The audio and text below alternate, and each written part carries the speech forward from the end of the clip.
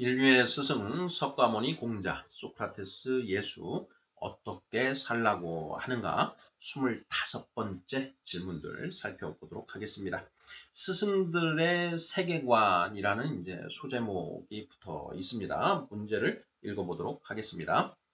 어떻게 살아야 하는가의 답을 찾기 위해서는 가장 먼저 우리가 살고 있는 이 세상이 어떤 곳인지부터 알아야 한다고 했습니다. 스승들은 이 세상을 어떤 곳으로 이해하였을까요? 자, 스승들은 이 세상을 긍정적으로 보았을까요? 부정적으로 보았을까요? 자, 스승들은 이 세상을 살기 좋은 곳으로 보았을까? 살기 힘든 곳으로 보았을까? 하는 그런 질문입니다. 자, 1번. 석가모니는 이 세상이 어떤 곳이라고 말하였나요? 2번. 공자는 이 세상이 어떤 곳이라고 말하였나요? 3번. 소크라테스는 이 세상이 어떤 곳이라고 말하였나요? 4번. 예수는 이에 대하여 뭐라고 말하였나요? 5번. 마호메트는 뭐라고 말하였나요? 6번. 당신은 이 세상이 살기 좋은 곳이라고 생각하십니까? 아니면 살기 힘든 곳이라고 생각하십니까? 자, 이렇게 해서 모두 6개의 질문입니다. 어떻게 살아야 하는가라는 이 주제가 우리 인간이 풀어야만 하는 최고의 과제이자 주제, 인생의 핵심 주제라고 라는 점에 대해서 우리가 계속 살펴봐 왔습니다. 자, 그리고 이 어떻게 살아야 하는가라는 이 문제에 대한 답을 찾기 위해서는 자, 우리가 태어나서 죽을 때까지 살아야만 하는 이 세상이 과연 어떤 곳인가 하는 그 정확한 이해가 선행되어야 한다라고 우리가 이제 살펴보았죠.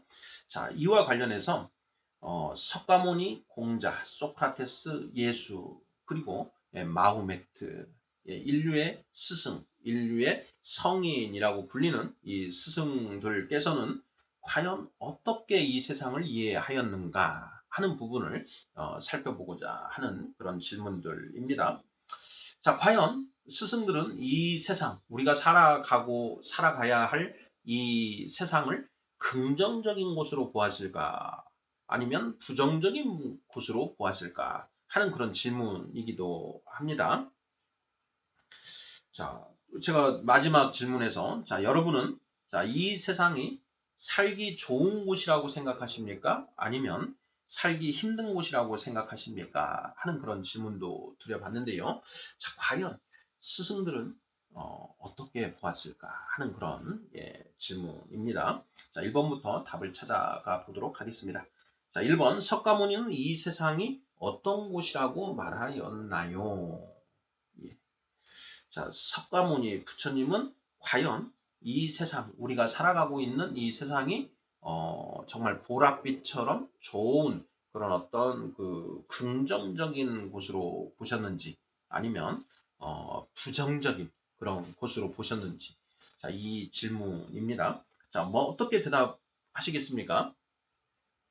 네. 석가모니의 가르침을 이제 우리가 떠올려 봐야 되죠. 석가모니 부처님께서 어떤 가르침들을 펼치셨는지 그 내용들을 우리가 떠올리면서 석가모니는 이 세상을 이렇게 보았으니까 이러이러한 곳이라고 했으니까 이 세상을 뭐 긍정적으로 보았다, 부정적으로 보았다 이런 이제 결론을 이제 유추해 보아야 한다는 것이죠.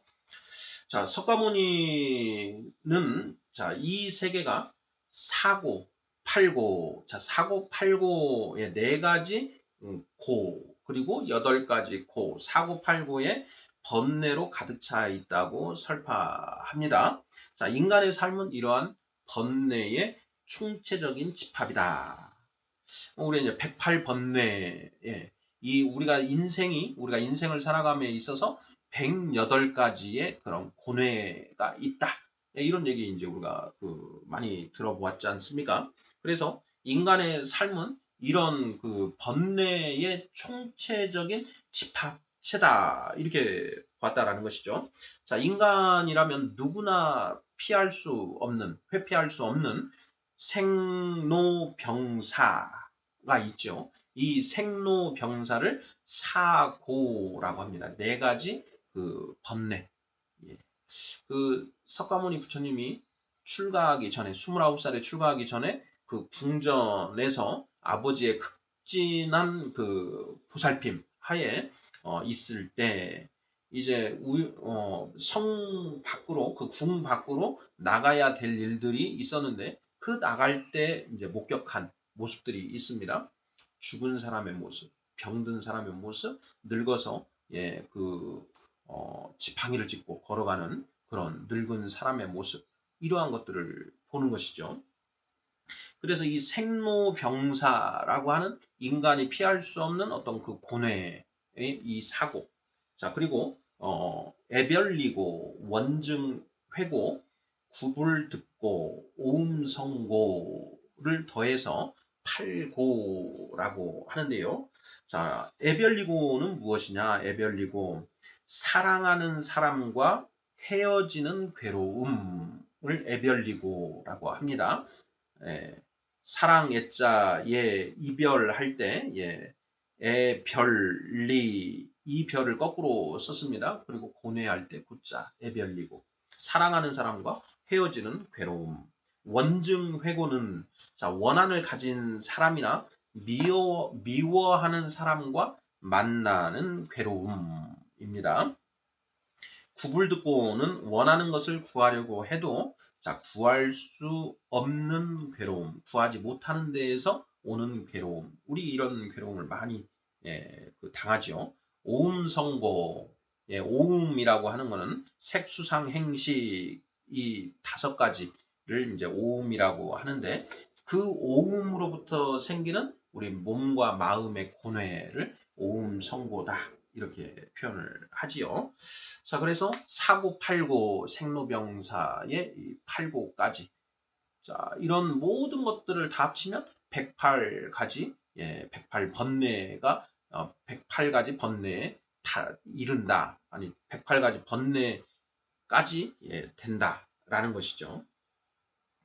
무엇보다도 석가모니 부처님의 가르침 중에서는 우리가 사성제를 생각해 볼 수 있습니다. 고짐멸도 우리가 이제 들어보았지 않습니까? 고성제. 우리 인간의 삶은 온통 이 번뇌, 번뇌로 가득 차 있다. 라고 하는 이 고성제.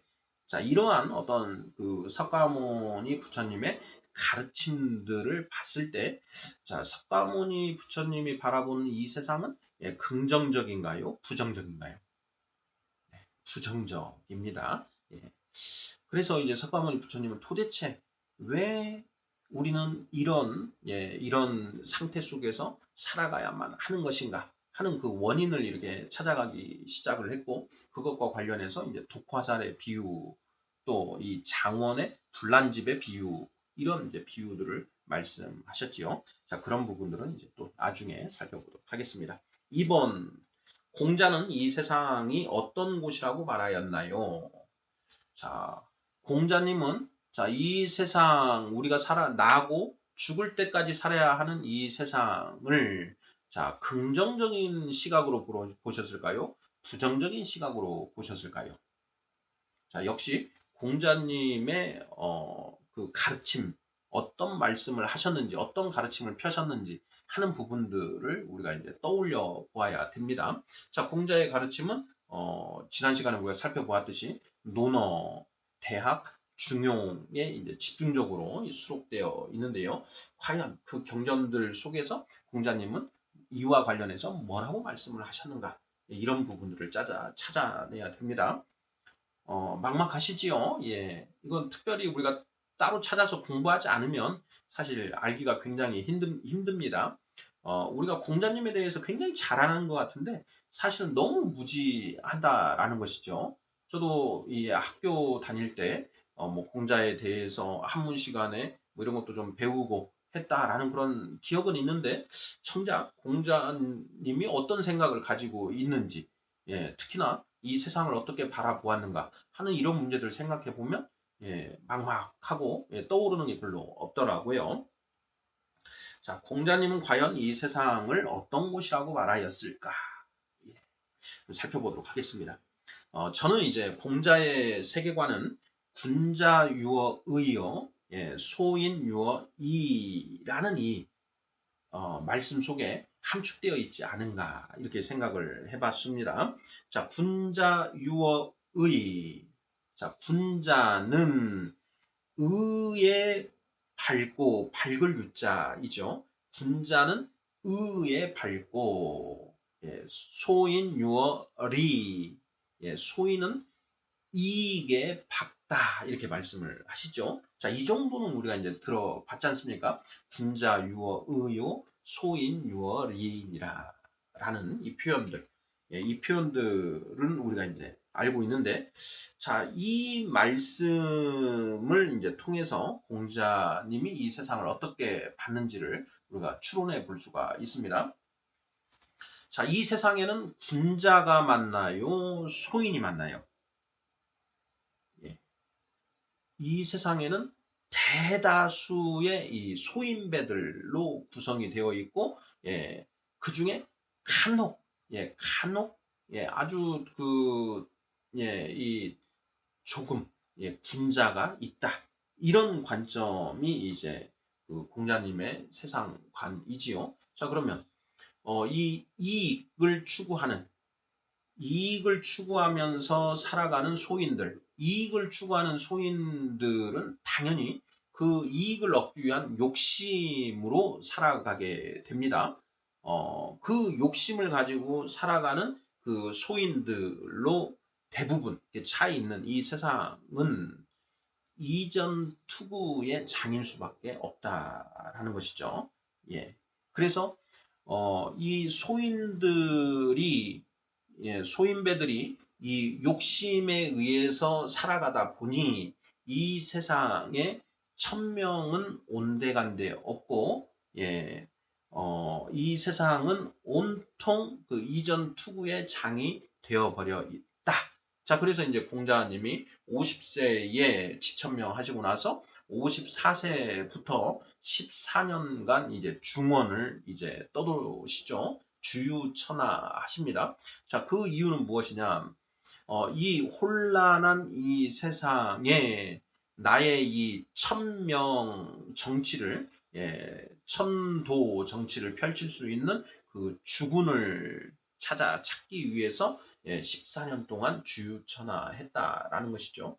공자가 살아가는 시대, 춘추 시대였지요.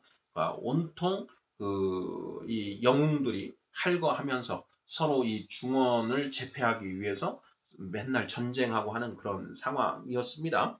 도탄에 빠져 있는 그 많은 그 백성들, 예. 공자가 바라보는 이 세상은, 부정적인 곳이었죠. 천명이 전혀 실현되지 않는, 이런 상태였다라는 것입니다. 자, 그래서 공자님은 이 춘추시대 이전에, 이전에 중국 고대 사회, 그 천명에 의해서 다스려진 그 평화로운 그 시대를 이제 떠올리면서 어떻게 하면 그런 시대를 다시 구현할 수 있을 것인가 라고 하는 부분을 이제 고민하게 되는 것이지요. 자, 어찌되었건 그런 부분들도 이제 나중에 살펴보게 될 것인데요. 자, 공자는 이 세상이 부정적인 곳이다. 잘못된 뭔가 어그러져 있는 그런 상태다라고 이렇게 보았다라는 것이죠. 부정적으로 보았다. 부정적인 세계관을 가지고 있다라는 것입니다. 3번입니다. 소크라테스는 이 세상이 어떤 곳이라고 말하였나요? 자, 소크라테스는 어떻게 이 세상을 바라보았을까요? 자, 이 세상이 아주 바람직한 곳이라고 본 것인지, 아니면 이 세상이 아주 그냥 잘못될 대로 잘못되어 있는 그런 개판 5분, 그런 상황이라고 보았을지 하는 그런 질문입니다. 자, 소크라테스의 세계관은 이제 플라톤이 이제 기술을 한 소크라테스의 변명이라고 하는 이제 그 책을 보면 어느 정도 우리가 유추해 볼 수 있지 않을까 싶습니다. 자, 이 책에 보면 이제 소크라테스에게 이제 사형을 선고한 그 아테네 법정에서의 그 재판 과정을 이제 묘사하고 있습니다. 자, 소크라테스는 이 재판을 이제 기회 삼아서 500명이 넘는 그 시민 재판관들, 배심원들에게 자신의 도, 소크라테스의 도를 마음껏 이제 그 설파하지요. 그래서 이 소크라테스의 변명이라고 하는 이 책에 소크라테스의 도의 정수가 모두 피력되어 있다라고 봐도 무방하지 않을까 이렇게 생각을 하는데요. 자, 소크라테스가 전개하는 그 논리는 핵심은 이렇습니다. 모든 사람 중에 소크라테스가 가장 현명하다라고 하는 그 델포이 신전의 신탁, 이 신탁을 이제 소크라테스가 나는 그렇게 현명하지 않은데 도대체 이 신탁이 무엇인가? 이 신탁은 잘못된 것이 아닐까? 이 신탁이 잘못되어 있다라는 것을 어떻게 증명할 수 있을까?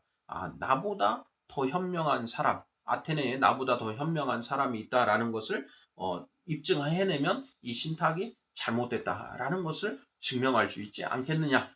이런 생각을 가지고 이 아테네에 그 현명하다라고 이름이 나 있는 그런 이제 유명한 저명한 그런 사람들을 찾아갔다라는 것이죠. 먼저 소크라테스가 정치인을 찾아갑니다.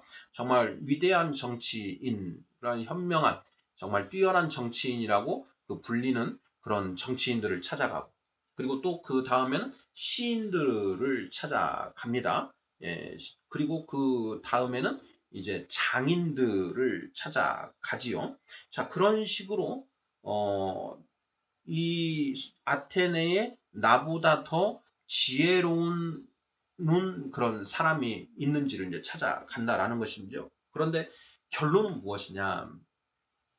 그 유명한 정치인, 그리고 주옥 같은 그 시를 써내려간 그런 시인들, 그리고 아주 기가 막힌 그 작품들을 만들어내는 그런 뛰어난 장인들, 이런 장인들이 선악과 미추, 무엇이 옳고 그른지 아름답고 추한 것을 자신이 모르고 있다는 사실조차도 모르고 있더라.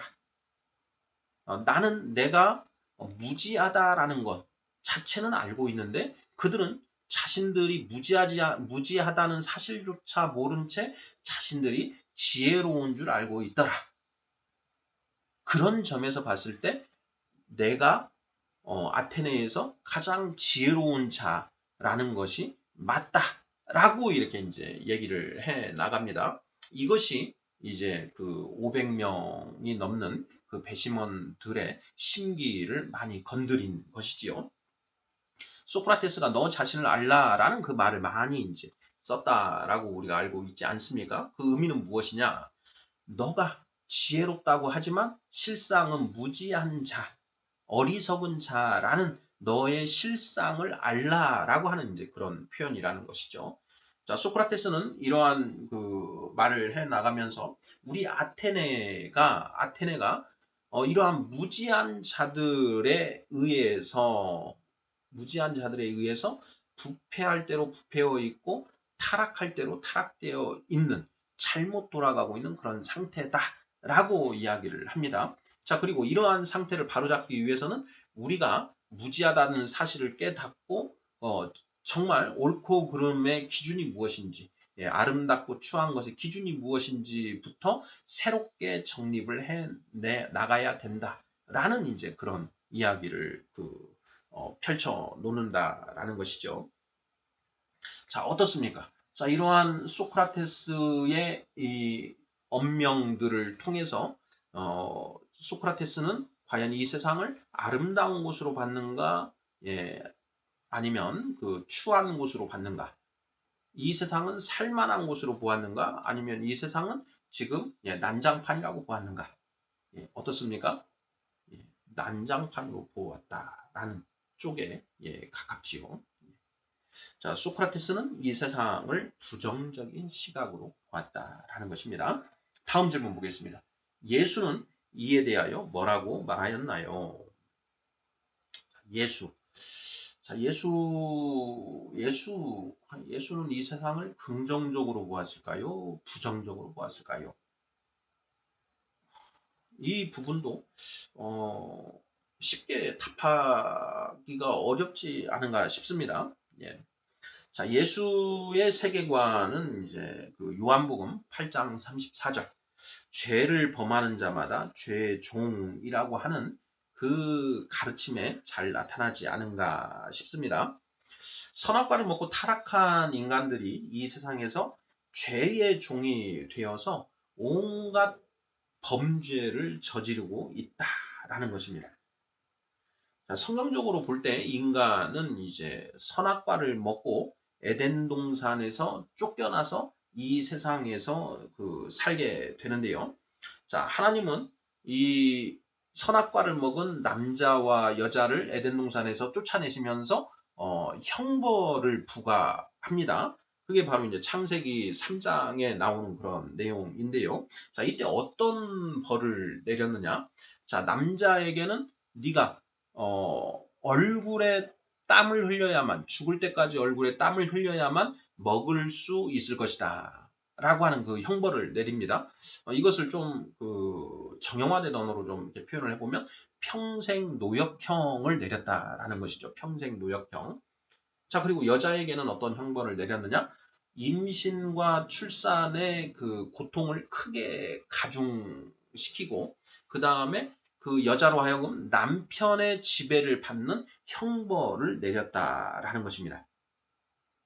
자, 에덴 동산에 살고 있던, 젖과 꿀이 흐르는 그 에덴 동산에 살고 있던 아담과 하와가 이 세상으로 이제 이렇게 쫓겨났고요. 그 쫓겨나면서 남자의 경우에는 평생 노역형에 처해졌습니다. 자, 이 평생 노역형이 유효하고 실효적인 형벌이 되게 하기 위해서, 자, 창세기 3장 그 18절을 보면, 17, 18절을 보면 하나님이 땅을 저주해서 그 땅에서 가시덤불과 엉겅퀴가 나게 만들었다. 이렇게 쓰여져 있습니다. 자, 그 이야기는 무엇이냐? 태초에 이제 그 하나님이 천지를 창조하셨을 때에는 이 세상에 많은 그 과일과 그리고 곡식들이 있어서 먹을 것이 풍성했다라는 그런 풍성한 그런 상태였는데 아담과 하와가 죄를 짓고 이 땅에 쫓겨날 때 이 평생 노역형이 가해지고 네가 얼굴에 땀을 흘려야만 먹을 것을 얻을 수 있다. 이렇게 되기 위해서는 세상의 먹거리들이 모두 땅속으로 숨어야 된다라는 것이죠. 가시덤불과 엉겅퀴가 돋아나서 그 먹거리들이 다 이제 그 땅속으로 숨게 되었다라는 것입니다. 그래서 이제 그 평생 노역형을 언도받은 그 남자 아담 그리고 그의 자손들은 이 농사를 지어야만 먹을 것을 얻을 수 있는 그런 상태가 이제 되었다라는 것이지요. 자, 그런 의미에서 보면 이 세상, 성경적으로 볼 때 이 세상은 커다란 감옥과도 같은 그런 상태라는 것을 알 수 있습니다. 성경에 의하면 이렇게 이제 타락한 인간들은 이 세상이라고 하는 이 감옥에서 평생 노역형 등의 벌을 받으면서 자신들의 그 조상의 불순종의 죄를 깨닫고 하나님께 온전히 순종하는 존재로 이제 재창조가 되어야 되는데요. 어떻습니까? 이 세상 사람들은 그 평생 노역형이라고 하는 그 하나님의 그 벌에도 다시 불순종으로 나아가죠. 그래서 내가 정직하게 땀 흘려서 나의 먹을 것을 구하는 것이 아니라 다른 사람이 땀 흘려 일해 놓은 것을 어떻게 하면 저것을 뺏어 올까라는 것을 궁리한다라는 것이죠. 자, 그래서 사기, 절도, 강도, 살인, 방화, 온갖 그런 그 범죄들이 일어나게 됩니다.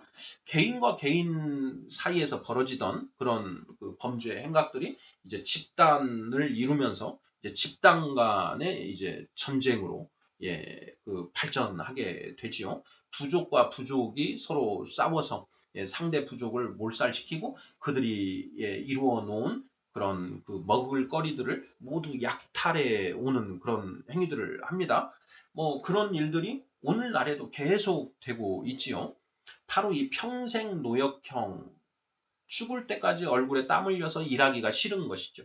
그래서 내일 먹을 것, 내가 늙어서 먹을 것, 또 내 자식들에게 물려줄 것을 개인 창고에다가 차곡차곡 쌓아둔다라는 것이죠. 그러다 보면 세상의 먹거리는 점점 부족해지고 빈익빈 부익부 현상이 일어나고 그 먹을 것을 얻기 위해서 서로 무한 경쟁, 약육 강식, 적자 생존의 그런 무한 경쟁의 세상으로 이렇게 바뀌어져 있다라는 것이죠. 그래서 이 세상에 살고 있는 이 사람들은 서로 악의 다툼을 벌이면서 온갖 범죄를 지으면서 살아가고 있다라는 라고 이야기를 합니다. 자, 이러한 관점이 이제 예수의 그런 세계관이지요. 예수는 성경의 그 내용들을 오리지널로 100% 완전히 받아들이고 그 성경의 가르침을 이제 자신의 어떤 그 가르침으로 이렇게 설파하는 그런 내용이니까 예수의 세계관은 그 성경에 다 드러나 있다라고 우리가 이해할 수 있습니다. 자, 어떤가요? 예수의 세계관. 부정적인가요? 긍정적인가요? 부정적이지요. 자, 이 세상은 그 온통 그 적자 생존 약육 강식 무한 경쟁의 그런 그 모습으로 서로가 서로에 대해서 음모를 꾸미고 서로의 것을 빼앗으려고 하는 이런 악의 다툼을 벌이고 있는 그런 모습이다. 부정적인 그런 그 관점에서 이 세상을 바라봅니다. 5번 보겠습니다. 자, 마호메트는 뭐라고 말하였나요? 마호메트. 자, 이 마호메트 이슬람의 이제 그 창시자라고 할 수가 있겠는데요. 자, 마호메트는 이 세상을 어떻게 바라봤을까? 이 세상이 긍정적인 곳으로 바라봤을까? 아니면 부정적인 곳으로 바라봤을까? 하는 이제 그런 관점인데요. 기본적으로 이 마호메트의 관점도 이 예수의 관점과 이제 동일하다라고 보면 되지 않을까 싶습니다. 자, 다만 이 마호메트의 경우에는 이제 그 코란을 통해서 알 수 있는 것은 이 원죄라고 하는 그 개념은 인정하지 않습니다. 이 마호메트의 세계관은 이건데요. 알라 외에 다른 신은 없다. 유일신 그런 관점입니다. 알라는 스스로 존재하는 절대자이며 유일한 신으로서 인간에게 절대적인 복종을 요구한다. 예. 자, 알라가 선과 악을 포함해서 모든 것을 영원부터 계획하고 모든 것을 알라의 뜻대로 이끌어간다. 이 알라 신이 모든 생명과 죽음의 주인이다. 자, 이런 이제 기본적인 그런 관점을 가지고 있고요. 그리고 이 마호메트가 계시받은 그 내용, 그 꾸란의 내용을 보면 최후 심판을 믿는다라는 것인데요. 최후 심판. 이런 점에서는 이제 그 기독교와 비슷합니다. 천국과 지옥이라고 하는 그 사후 세계가 존재하고 부활의 날, 심판의 날이 이 세상의 종말 이전에 먼저 선행하게 된다라는 것입니다. 그리고 이제 사람이 죽게 되면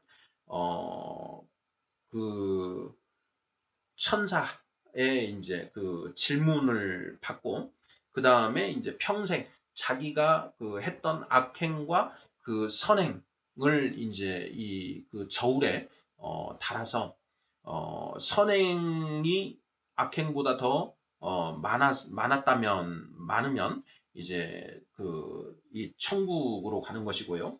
그렇지 않고 악행이 더 많다라고 하면 지옥으로 간다라는 이런 이제 관점을 가지고 있습니다.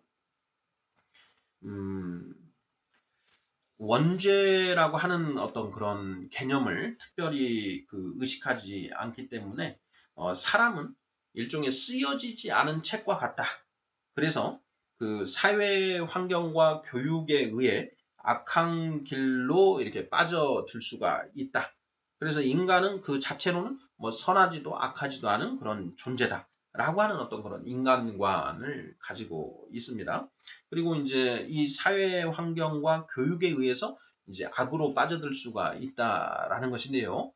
실제로 이 세상 속에는 이제 많은 악들이 이렇게 존재하게 되는 것이죠. 그래서 이제 이러한 측면에서 봤을 때, 마호메트의 가르침은, 이 기독교의 성경의 세상관하고 거의 유사한 어떤 그런 모습으로 이해해도 무방하지 않을까. 예, 이렇게 생각을 해봅니다. 자, 이제 이슬람에 대해서는 이제 우리가 좀 굉장히 생소하고, 이해하기가 좀 어렵습니다. 사실 우리가, 불교적인 어떤 측면, 그리고 유교, 이런 종교에 대해서는 상당히 우리가 친숙하지요. 우리가 고려시대까지 이제 불교가 주를 이루었고, 조선시대에는 유교가 주를 이루었습니다. 그리고 이제 한 100여 년 정도의 역사를 가지고 또 기독교가 전파되어서 우리가 유교나 불교나 기독교에 대해서는 어느 정도 이해할 수 있는 그런 어떤 문화적인 그런 어떤 게 가능한데, 이슬람에 대해서는 우리가 이슬람교의 어떤 생활 모습이라든가 그들의 정서를 전혀 모르기 때문에 상당히 좀 이해하고 접근하기가 좀 어렵다라는 그런 생각이 많이 들고 공부하기도 좀 실제로 좀 어렵습니다. 어쨌든 마호메트의 세계관은 좀 이런 내용으로 기독교의 세계관과 거의 유사하다. 이렇게 보면 거의 맞지 않을까 이런 생각을 해봅니다. 자, 마지막 질문. 당신은 이 세상이 살기 좋은 곳이라고 생각하십니까? 아니면 살기 힘든 곳이라고 생각하십니까? 자, 어떻게 생각하시는지요? 예.